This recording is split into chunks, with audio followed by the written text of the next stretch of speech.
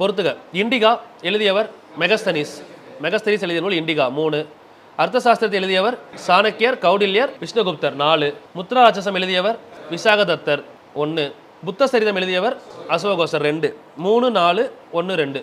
மௌரிய அரசர்களில் மிகவும் புகழ்பெற்ற அரசர் யார்? அசோகர். Correct statement. அசோகரின் பேராணைகள் மொத்தம் எத்தனை? 33. இதுவும் சரி. 1 மற்றும் 2 சரி.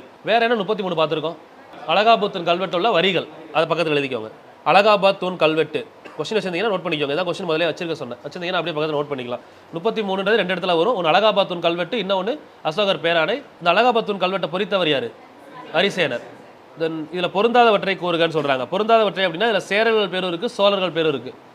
யார் மாறி இருக்குன்னு பாருங்கள். இளஞ்சேட் சென்னி யார்? சோழர்.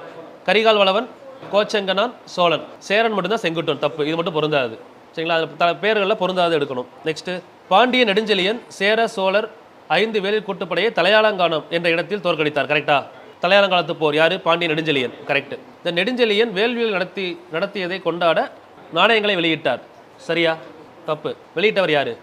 சேரன். இங்கே சொல்லியிருக்கிறது பாண்டியர்கள், ஆனால் வெளியிட்டது பாண்டியர் கிடையாது. சேரல் இருமுறை வெளியிட்டிருப்பார். முதுகுடுமி பெருவெழுதி பாண்டியர்கள் இல்லையா? வேள்வி நடத்தி நாணயங்களை வெளியிட்டவர் சேரல் இரும்பறை தான் வரும். பாருங்கள், சேரல் இரும்பறை, முதுகுடுமி பெருவெழுதி 2 பேரும் எழுதி வச்சுக்கோங்க வேணா. அதனால் இது வராது, இங்கே நெடுஞ்செழியனுக்கு வராது. அப்போ இங்கே ஸ்டேட்மெண்ட் 1 கரெக்ட், 2 தப்பு, 1 மட்டும் சரி.